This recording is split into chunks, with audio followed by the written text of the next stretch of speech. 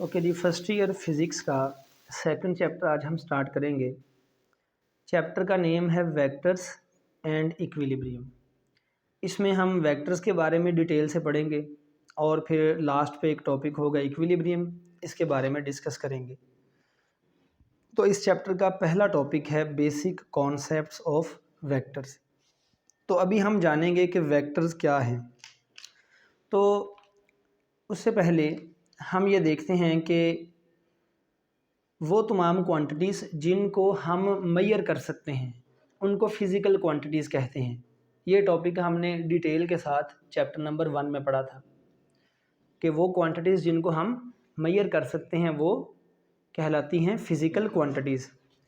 हमने chapter number 1 में physical quantities को 2 ग्रुप्स में डिवाइड किया था। एक हमने ग्रुप लिखा था बेस क्वांटिटीज़ और दूसरा जो ग्रुप है वो था डिराइव्ड क्वांटिटीज़। अब फिज़िकल क्वांटिटीज़ को हम फिर से 2 ग्रुप्स में डिवाइड करते हैं विद रिस्पेक्ट टू डायरेक्शन। तो मैं उसके लिए एक जुमला लिख देता हूँ, फिज़िकल क्वांटिटीज़ आर डिवाइडेड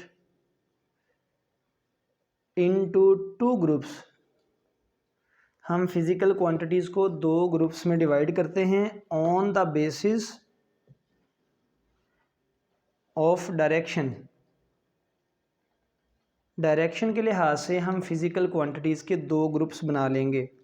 तो डायरेक्शन के लिहाज से 2 ग्रुप्स ये हैं, एक ग्रुप है स्केलर्स और दूसरा ग्रुप है वेक्टर्स। ये डायरेक्शन के लिहाज से हमने फिज़िकल क्वांटिटीज़ के 2 ग्रुप्स बनाए। तो पहले हम स्केलर्स को डिफ़ाइन कर लेते हैं, इनको समझ लेते हैं, तो फिर हमें वेक्टर्स की भी समझ आ जाएगी। स्केलर्स को हम इस तरह डिफ़ाइन करेंगे, the physical quantities that are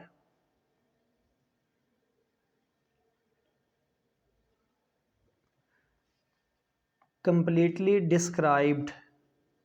describe का मतलब है बयान करना, जानना, जिनके बारे में हम मुकम्मल तौर पे बयान कर सकते हैं। बयान करने का मतलब उनके बारे में मुकम्मल तौर पे बता सकते हैं। मुकम्मल तौर पे बताने का मतलब ये है कि तमाम की तमाम इन्फॉर्मेशन दे सकते हैं, उनसे हमें सारी समझ आ जाएगी। Physical quantities that are completely described by their magnitude and a unit. हम एक नंबर होगा जिसको मैग्नीट्यूड बोलेंगे और उनका यूनिट होगा, उससे फ़िज़िकल क्वांटिटी को मुकम्मल तौर पे जान सकते हैं, बयान कर सकते हैं। तो ये क्वांटिटीज़ कहलाती हैं स्केलर्स, या स्केलर्स लिखेंगे या हम स्केलर क्वांटिटीज़ लिख देते हैं। अब मैग्नीट्यूड और यूनिट को समझ लें। हमने पिछले चैप्टर में भी बात की थी कि फ़र्ज़ करें मैं यहाँ पे नंबर लिखता हूँ 5 5 5 और ये भी लिख दिया 5।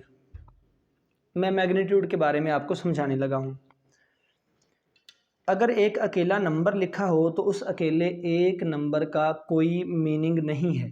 5 क्या 5 हम कुछ नहीं जानते। लेकिन अगर हम एक नंबर के साथ कोई यूनिट लगा दें, जैसे मैथ्स का यूनिट है किलोग्राम, तो ये क्या बन गया 5 किलोग्राम। और किलोग्राम किसका यूनिट है? मैथ्स का। अब हमें पता चल गया कि ये ऐसी फ़िज़िकल क्वांटिटी है जिसका नाम हमने मैथ्स रखा हुआ है। तो यूनिट हमें बताता है फ़िज़िकल क्वांटिटी कौन सी है और मैग्नीट्यूड हमें बताती है कि उस क्वांटिटी की कितनी मिकदार है। ये जो नंबर होगा यूनिट के साथ वो उस क्वांटिटी की मैग्नीट्यूड को शो करता है। अगर मैं 5 के साथ यहाँ पे लिख दूँ एम यूनिट है लेंथ का मीटर। अब पता चला कि ये 5 मीटर फासला है। एम बताता है क्वांटिटी के बारे में, यानी यूनिट बताता है क्वांटिटी के बारे में और नंबर बताता है उसकी मैग्नीट्यूड। अगर मैं इसके साथ लिख दूं एस यानी कि सेकंड, इसका मतलब अब ये टाइम को शो करता है।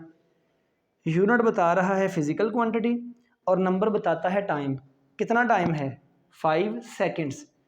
और अगर मैं इसके साथ कुछ लिख दूं, और मिसाल के तौर पे हम लिख लेते हैं ए यूनिट है करंट का एम्पेयर, तो इसका मतलब है 5 एम्पेयर करंट है। तो बताने का मकसद ये था कि किसी भी फिज़िकल क्वांटिटी में दो तो बेसिक चीज़ें होती हैं, एक होती है उसकी मैग्नीट्यूड और दूसरा होता है उसका यूनिट। यूनिट बताता है कि फ़िज़िकल क्वांटिटी कौन सी है, और मैग्नीट्यूड बताती है कि उसकी कितनी वैल्यू है, कितनी मिकदार है, और मैग्नीट्यूड हमेशा एक नंबर होता है। अगर हम एक यूनिट से और एक नंबर से यानी मैग्नीट्यूड से किसी क्वांटिटी को मुकम्मल तौर पे बयान कर दें तो वो कहलाती है एक स्केलर क्वांटिटी। क्या कहलाती है? स्केलर। तो यहाँ पे ये मैस, टाइम और ये जो लेंथ है, अगर इसकी डायरेक्शन नहीं होगी तो ये होंगे स्केलर्स। हमने डायरेक्शन का जिक्र नहीं किया, 5 मीटर फासला है किस तरफ, हमने मेंशन ही नहीं किया, जस्ट जिक्र किया है। तो मैं इसकी एग्जांपल्स लिख देता हूँ। स्केलर क्वांटिटी के एग्जांपल्स में आ जाता है किसी बॉडी का मैस, इसकी कोई डायरेक्शन नहीं, उसके अलावा टाइम की कोई डायरेक्शन नहीं है, हम डिस्टेंस लिख सकते हैं, फासला, इसकी भी कोई डायरेक्शन नहीं है, और इसी तरह से हम और भी एग्जांपल्स लिख सकते हैं।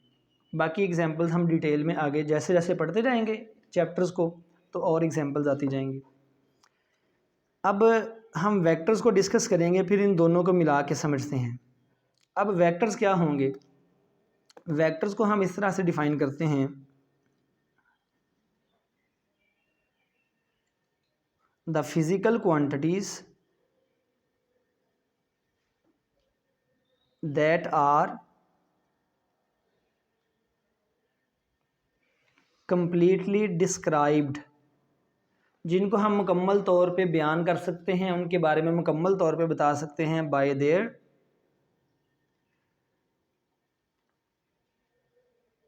Magnitude, unit. ये दो तो चीज़ें स्केलर में भी थी, मैग्नीट्यूड और यूनिट लाजमी है फिजिकल क्वांटिटी में। तीसरी चीज़ यहाँ पे आती है एंड डायरेक्शन। ऐसी क्वांटिटीज़ जिनको मुकम्मल तौर पे बताने के लिए हमें उनकी मैग्नीट्यूड के बारे में पता होना चाहिए, यूनिट पता होना चाहिए और डायरेक्शन भी पता होनी चाहिए, वो कहलाती हैं वेक्टर्स।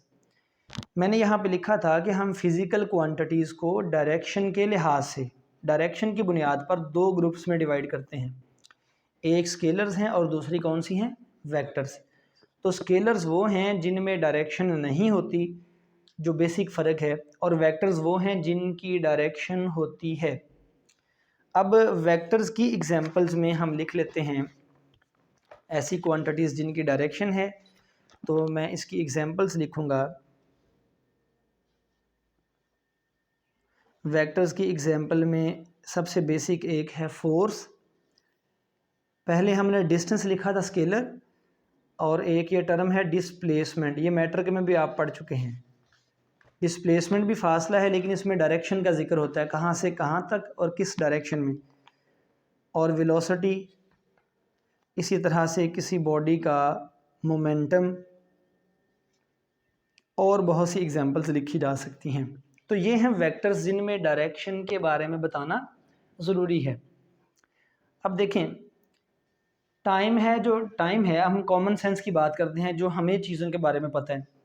आम तौर पे टाइम के बारे में आपने कभी सुना है, कभी जिक्र किया है कि टाइम किस तरफ जा रहा है? एक तो वो पंजाबी में कहते हैं ना कि आजकल वक्त पुठे पासे जा रहे हैं, वो नहीं है। यानी टाइम किस तरफ गुजरता है? कोई डायरेक्शन नहीं है। आप मैथ्स के बारे में कभी डायरेक्शन का जिक्र नहीं करते, मैथ्स की भी कभी डायरेक्शन का जिक्र नहीं किया। मैथ्स सेम रहता है। आप एक तराजू रखें, तराजू के ऊपर आपने मैथ्स को मेजर करना है, आप इधर से मैथ्स तराजू के ऊपर रख दें या बाएं तरफ से ला के रख दें, उसकी वैल्यू में कोई फ़र्क नहीं पड़ेगा। वेक्टर्स वो होती हैं जिनकी डायरेक्शन बदलने से उनका इफ़ेक्ट, उनका जो असर है वो भी बदल जाए। मिसाल के तौर पे ये पेंसिल यहाँ पे पड़ी हुई है, ये पेंसिल पड़ी है, मैं इस वीडियो के लिहाज से, कैमरा के लिहाज से इसको अप और डाउन डायरेक्शन क्या लेता हूँ। अगर मैं आपसे कहूँ कि मार्कर को अपवर्ड डायरेक्शन में ऊपर की तरफ भेज दें, तो आप क्या करेंगे? आप इस तरफ फोर्स लगाएंगे, आपको कैसे पता चला कि ऊपर की तरफ फोर्स लगानी है? मैं कहता हूँ कि फोर्स लगाएं, धकेल दें। धकेलने का मतलब फोर्स लगाना है। मैंने जब बोला ना ऊपर की तरफ इसको भेजें, तो हमने इसको अपवर्ड डायरेक्शन में फोर्स लगाई। और अगर मैं इसको कहूँ डाउनवर्ड भेजें, मैं नीचे की जानिब फोर्स लगाऊंगा। अब अगर मैं ऊपर को फोर्स लगाता हूँ तो ये पेंसिल ऊपर को जा रही है, मैं नीचे को फोर्स लगाता हूँ तो ये पेंसिल नीचे की जानिब आ रही है। तो फोर्स एक ऐसी क्वांटिटी है जिसकी सिमत बदलने से उसका असर भी बदल जाता है। मिसाल के तौर पे ये एक ब्लॉक है, अगर मैं इस पे राइट डायरेक्शन में फ़ोर्स लगाऊंगा तो ये इस तरफ को जाएगी चीज़। अगर मैं ये फ़ोर्स इस तरफ को लगा दूं तो ये इस तरफ फासला तय करेगी। तो फोर्स एक ऐसी क्वांटिटी है जिसकी सिमत बदलने से उसका जो असर है वो भी बदलेगा। अगर ये इधर को लग रही है तो बॉडी इधर मूव करेगी, अगर ये लेफ़्ट साइड पे लग रही है तो बॉडी लेफ़्ट साइड की तरफ मूव करेगी। तो वेक्टर्स के बारे में बेसिक चीज़ आप जहन में रख लें, ऐसी क्वांटिटी जिसकी सिमत बदलने से उसका असर भी चेंज हो जाए, वो कहलाती है एक वेक्टर क्वांटिटी। तो फोर्स, डिस्प्लेसमेंट, वेलोसिटी, मोमेंटम वगैरह ये वेक्टर्स हैं। तो ये बुनियादी फ़र्क था स्केलर्स में और वेक्टर्स में। अब वेक्टर्स को एक्सप्रेस कैसे करते हैं, उनको शो करने का, ज़ाहिर करने का तरीका जो है, उसके लिए हम लिख लेते हैं यहाँ पे रिप्रेजेंटेशन ऑफ वेक्टर्स, यानी वेक्टर्स का इजहार, उनको शो कैसे करना है, ज़ाहिर कैसे करना है। तो वेक्टर्स को एक तो हम नाम देते हैं वेक्टर्स को, तो हम वेक्टर्स को नाम देते हैं जो लेटर्स हैं, अल्फ़ाबेट्स हैं ए से जी तक, ए से लेकर जी तक। हम कोई भी अल्फ़ाबेट लेके उसका वेक्टर का नाम रख सकते हैं।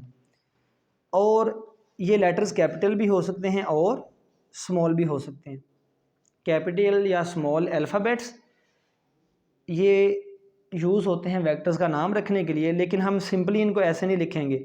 अगर किसी वेक्टर का नाम ए रखेंगे तो हम ए लिख के उसके ऊपर एरो का साइन लगाएंगे, जिसका मतलब है कि ये इसकी कोई डायरेक्शन होगी, ये वेक्टर का सिंबल है।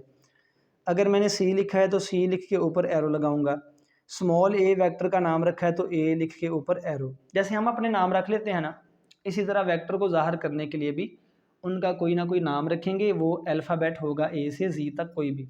ठीक है, आप कैपिटल आर भी रख सकते हैं किसी वेक्टर का नाम, स्मॉल आर भी रख सकते हैं। तो ये सारे लेटर्स सिंबल्स होंगे, नेम होंगे वेक्टर्स के। एक तो वेक्टर्स को रिप्रेजेंट करने का ये तरीका है, इसको बोलते हैं सिंबॉलिक मेथड। कौन सा मेथड है? सिंबॉलिक। और वेक्टर्स को ज़ाहिर करने के लिए एक ग्राफिकल मेथड भी है।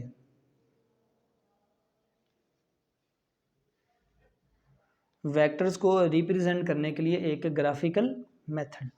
ग्राफ किसको बोलते हैं? लाइंस ड्रॉ करने को। अगर हम लाइंस ड्रॉ करें तो वो बन जाता है एक ग्राफ। उसका कोई मतलब बने या ना बने अलग बात है। तो अगर हमने वेक्टर को ज़ाहिर करना है तो हम उसके लिए ग्राफिकल मेथड ये लिखेंगे। फ़र्ज़ करें फोर्स है और फोर्स लग रही है किस तरफ? अपवर्ड डायरेक्शन में। तो हम क्या करेंगे, एक लाइन इस तरह से ड्रॉ करेंगे कि उस लाइन के ऊपर की जानिब एरो लगा देंगे। तो ये जो लाइन है ये एक वेक्टर को रिप्रेजेंट करती है। फ़र्ज़ करें ये फोर्स है, ये मैंने एफ़ लिखा, ऊपर एरो लगाया, यानी ये फोर्स एक वेक्टर है। ये इसका नाम है सिंबॉलिक मेथड और ये है इसका ग्राफिकल मेथड। लाइन ड्रॉ की, लाइन इस तरह ड्रॉ करनी है कि उसके आगे जब हम एरो लगाएं तो वो उस वेक्टर की डायरेक्शन बताए। फोर्स अगर अपवर्ड है तो मैंने इस तरह से एरो लगाया कि एरो अपवर्ड है। ये जो नेक्स्ट एरो हेड होता है ना, ये जो सिरा है इसको बोलते हैं एरो हेड। क्या नाम देंगे? सिंपली हेड बोलते हैं।